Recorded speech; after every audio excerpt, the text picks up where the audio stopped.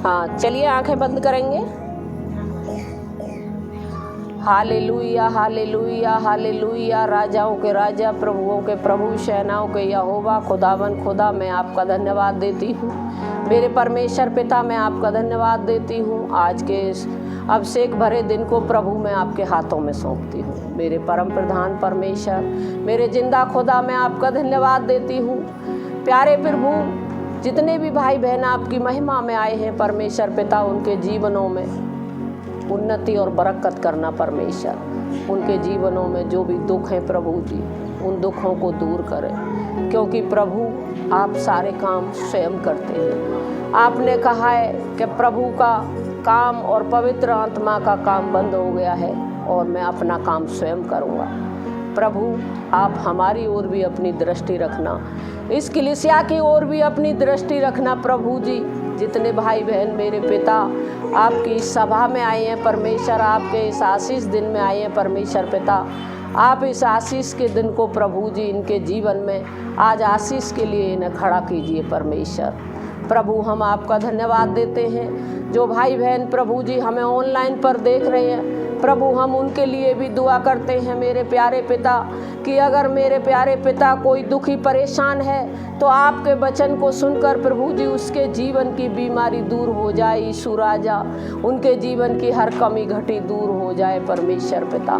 प्रभु हम धन्यवाद देते हैं और पवित्र आत्मा जी हम आपका धन्यवाद देते हैं कि इस वेदी पर खड़े होकर हमारे मुख से प्रभु जी उन वचनों को प्रभु जी जो आपने दिए हैं प्रभु पूरा होने दे प्रभु अपने बच्चों पर प्रकट, क्योंकि पिता ये कार्य आपका है, हमारा नहीं। हम मनुष्य हैं प्रभु, गलत बोल सकते हैं, झूठ बोल सकते हैं, लेकिन आपका वचन कभी झूठा नहीं हो सकता। पृथ्वी और आकाश टल जाएंगे, आपका वचन नहीं टलेगा प्रभु। हम धन्यवाद देते हैं और पिता परमेश्वर सारे बच्चों को, बड़ों को और जितने भी भाई बहन यहाँ पर आए उन सबों को प्रभु, और जो यूट्यूब पर भी हमें देख रहे हैं उन सब को प्रभु हम आपके हाथों में सौंपते हैं। ढाप देते हैं प्रभु तेरे लहू से और मांग लेते हैं अपने उद्धारकर्ता यीशु नासरी के नाम में होकर, आमीन। हालेलुया। समय बहुत खराब चल रहा है। समय क्या चल रहा है? बहुत खराब चल रहा है। देखिए, सुनने को जगह जगह मिल रहा है कि वहाँ एक्सीडेंट हो गया है। कल मेरे बहन के बेटे का भी एक्सीडेंट हो गया। वो हमारे जीजा जी का मृत्यु प्रमाण पत्र लेने गया था और मेरे बहनोत का भी एक्सीडेंट हो गया। जब पुलिस वाले उसे घर पर लेके पहुँचे तो दीदी हमारी बहुत घबरा गई और रोने लगी एकदम से। तो मुझे दीदी ने डर की वजह से बताया नहीं, क्योंकि मुझे बहुत तकलीफ़ होती है उनकी, तो मुझे नहीं बताया। तो उन्होंने मेरे बच्चे को बताया, अमन को, तो अमन ने भी मुझे नहीं बताया।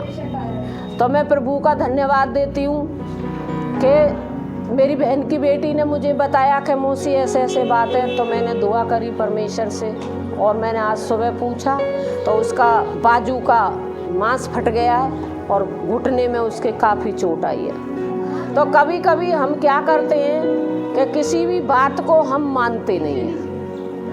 इस समय जो भी बातें हो रही हैं वहाँ पर सारी संसार की हो रही हैं, और संसार की बातों से मैं बचाने के लिए बार बार वहाँ पर कह रही हूँ। मैंने कहा ये काम तुम मत करो, और फिर भी वो अपने परिवार को दिखाने के लिए, मनुष्य को क्या दिखाना?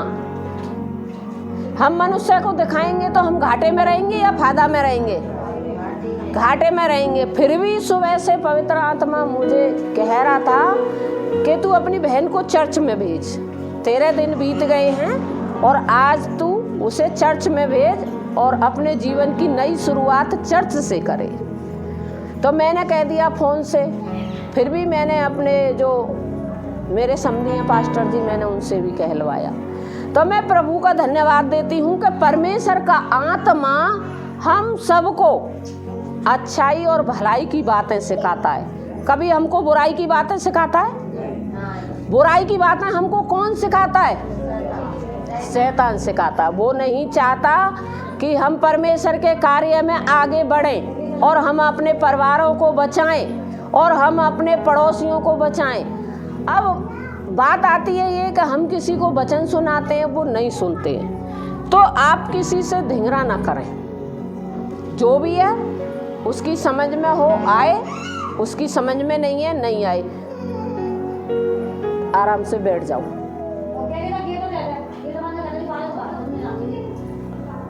तो हम वचन खोलेंगे लूका, आराम से बैठ जाइए।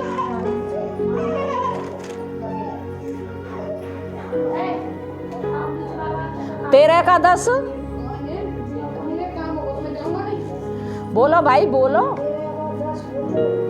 वचन खुल गया है।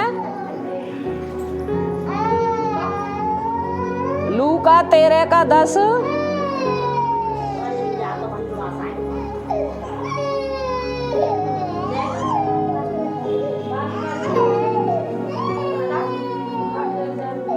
सप्त के दिन, रानी चुप करो इसे। सप्त के दिन वह आराधनालय में उपदेश कर रहा था। वहाँ एक स्त्री थी जिसे 18 वर्ष से एक दुर्बल करने वाली दुष्ट आत्मा लगी थी। कैसी आत्मा लगी थी? दुर्बल करने वाली। शैतान हमारे अंदर घुस के हमें दुर्बल करता है, कमजोर करता है, हमें वो ढीठ बनाता है, क्योंकि हम कितना ही किसी को समझाएं लेकिन उनकी समझ में नहीं आता। इसलिए यहाँ पर लिखा है सप्त के दिन वह आराधनालय में उपदेश कर रहा था। वहाँ एक स्त्री थी जिसे 18 वर्ष से दुर्बल करने वाली दुष्ट आत्मा लगी थी। कौन सी आत्मा लगी थी? दुर्बल करने वाली। अब दुर्बल करने वाली कौन सी आत्मा है और क्या हो रहा था सप्त के दिन? आराधनालय में उपदेश हो रहा था, जैसे यहाँ पर उपदेश हो रहा है। के इसे बांधना, क्या कर रखा है तुम लोगों ने?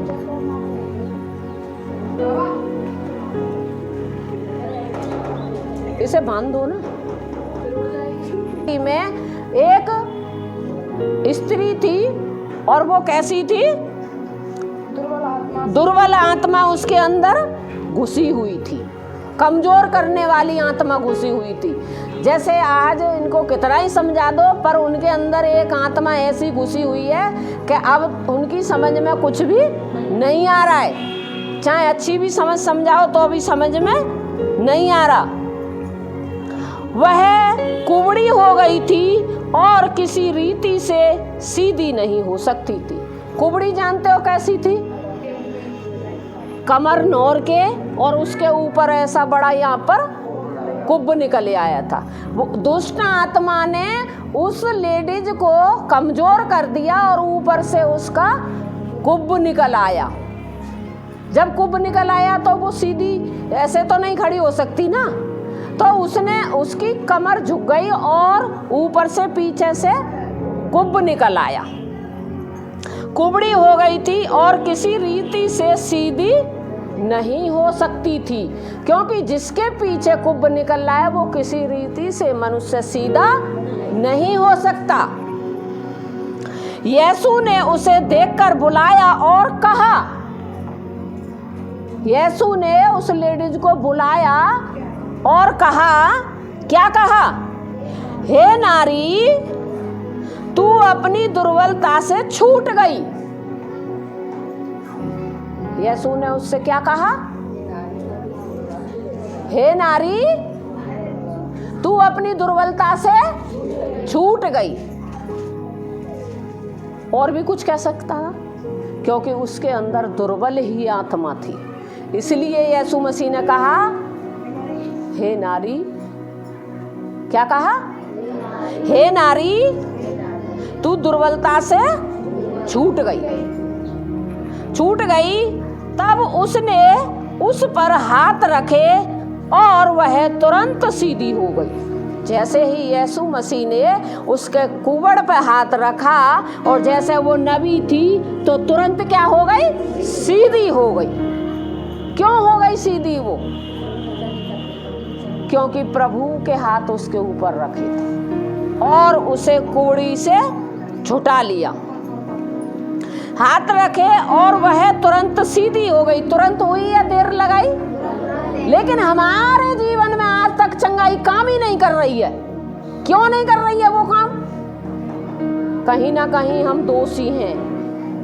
अपनी पत्नी के खिलाफ, अपने बच्चों के खिलाफ, अपने भाइयों के खिलाफ, अपने पड़ोसियों के खिलाफ, अपने नाते रिश्तेदारों के खिलाफ कहीं ना कहीं हमारे अंदर आज भी शैतान हमारे अंदर रहकर कार्य कर रहा है, ताकि हमको दुर्बल और कमजोर बना रहा है। और वो कह रहा है कि अब तो मैं ठीक ही नहीं होऊंगा। ठीक क्यों नहीं हो सकता भाई? प्रभु का बंदा है, क्यों नहीं ठीक होगा? अपने आप को बदलिए और देखिए। सीधी हो गई और परमेश्वर की बड़ाई करने लगी। क्या करने लगी?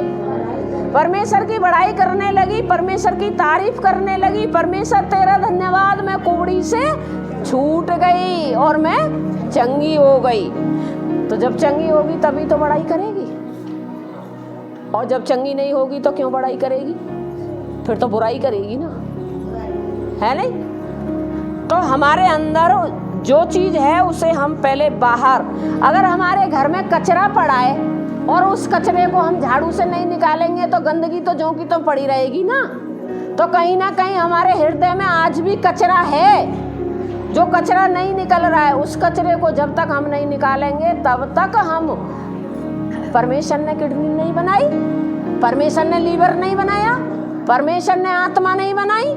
जो हमारे अंदर आंत होती हैं वो परमेश्वर ने नहीं बनाई। हमारा अगड़म झगड़म पूरा शरीर परमेश्वर ने बनाया है। तो शैतान उसको छुएगा तो भस्म हो जाएगा, अगर हम प्रभु के लोग हैं तो। और जब परमेश्वर को हम कहीं ना कहीं तुच्छ समझ लेते हैं और शैतान को घुसने का मौका देते हैं, तो किडनी भी खराब, लीवर भी खराब, और जो भी अंदर है वो सारा खराब। परमेश्वर की बड़ाई करने लगी, इसलिए कि यीशु ने सब्त के दिन उसे अच्छा किया था। कौन से दिन? सब्त के दिन, जो आज का दिन होता है, और कहने को शनिवार को सब्त का दिन होता है। आराधनालय का सरदार ऋषियाकर लोगों से कहने लगा, ऋषियाकर मतलब गुस्सा होकर, क्या कहने लगा कि 6 दिन हैं जिनमें काम करना चाहिए, अतः उन्हीं दिनों में आकर चंगे हो, परंतु सब्त के दिनों में नहीं। उसको गुस्सा आ गया, उसे बहुत तेज गुस्सा आया, और वो इस बात को गुस्सा होकर कहने लगा, क्योंकि प्रभु को सारे दिन प्रभु के हैं। चाहे सब्त का दिन हो, चाहे संडे का दिन हो, चाहे और कोई भी दिन हो, परमेश्वर के लिए कोई भी दिन में कोई विरोध नहीं है। जैसे बहुत सारे लोग कहते हैं कि हमें सोमवार को नहीं जाना, मंगल को नहीं जाना, बुध को नहीं जाना, तो सारे दिन परमेश्वर के हैं और उसी ने बनाए हैं। उन्हीं दिनों में आकर चंगे हो, परंतु सब्त के दिन में नहीं। यह सुनकर प्रभु ने उत्तर दिया। जब सरदार नाराज हुआ तो प्रभु ने ये सुनकर क्या कहा? उत्तर दिया, हे कपटियों, क्या सब्त के दिन तुम में से हर एक अपने बैल या गधे को थान में खोलकर पानी पिलाने ले जाता है? सब्त के दिन में बैल तो जानते ही हो तुम लोग, जो बैल होते हैं सब्त के दिन में क्या वो पानी नहीं पीते हैं? क्या नहीं करते? हे कपटियों, क्या सब्त के दिन में तुम में से हर एक अपने बैल या गधे जो भी रखते हो, क्या तुम उसको पानी नहीं पिलाते? तो एक बीमार चंगा क्यों नहीं हो सकता? सारे काम हम करते हैं तो बीमार चंगा नहीं होगा।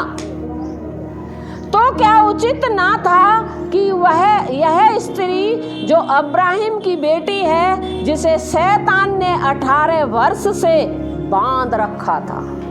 आज भी लोग ऐसे हैं जो प्रभु के वचन में हैं और उनके अंदर प्रभु का वचन नहीं है। वो प्रभु में जुड़ तो गए हैं, लेकिन अपनी भौतिक इच्छाओं को पूरा करते रहते हैं। अपनी पवित्र आत्मा को कभी अंदर से नहीं जगाते, कभी नहीं कहते कि परमेश्वर मुझे भौतिक संसार की नहीं, मुझे आत्मिक संसार की जरूरत है। जब आप आत्मिक संसार में आ जाओगे तो अपने परिवार को बचा लोगे, और जब तुम आत्मिक संसार में नहीं आओगे तो तुम्हारा परिवार भी बिखर जाएगा। इसलिए वो समय आ गया है कि तुमसे कोई बचे या ना बचे, पर अपने परिवार को बचाओ। जितने भी लोग हैं प्रभु की बात नहीं मानते हैं तुम्हारे परिवार में, उनके लिए प्रार्थना करो, प्रभु मेरे पति को लेकर आ, मेरे बेटे को लेकर आ, जो भी तुम्हारे प्रभु में नहीं है परमेश्वर। क्योंकि देखिए समय बहुत बुरा चल रहा है और बुरे दिन शुरू हो गए हैं। मार्च अप्रैल के बाद और भी तराई मचेगी। इसलिए परमेश्वर की बातों को सुनो। यह स्त्री जो अब्राहम की बेटी है, जिसे शैतान ने 18 वर्ष से बांध रखा था, सब्त के दिन इस बंधन से छुड़ाई जाती है। सब्त के दिन इस बंधन से छुड़ाई थी यीशु ने उसे। प्रभु यीशु मसीह ने चंगा किया था, किसी और ने किया था? जब यीशु मसीह हमारा चंगा करने वाला, हमारे आराधनालय में उपदेश करने वाला, वो क्या नहीं कर सकता? वो सब कुछ कर सकता है। जब उसने ये बातें कही तो उसके सब विरोधी लज्जित हो गए। वहां पर कह रहे थे, अरे देखो ये सब्त का दिन है और यहाँ पर ये यीशु मसीह को चंगा कर रहा है, ये कुबड़ी को ठीक कर रहा है। जब वो ठीक हो गई तो वो क्या हो गए? लज्जित हो गए, शर्मा गए वो कि सब्त के दिन भी ये काम होता है। लज्जित हो गए और सारी भीड़ उन महिमा के कामों से जो वह करता था आनंदित हुई। आनंदित हुई या दुखी हुई? जब परमेश्वर हमारे साथ काम करेगा तो कहीं ना कहीं हम किसी भी चीज में आनंदित होंगे। और दुखी हम कब होंगे?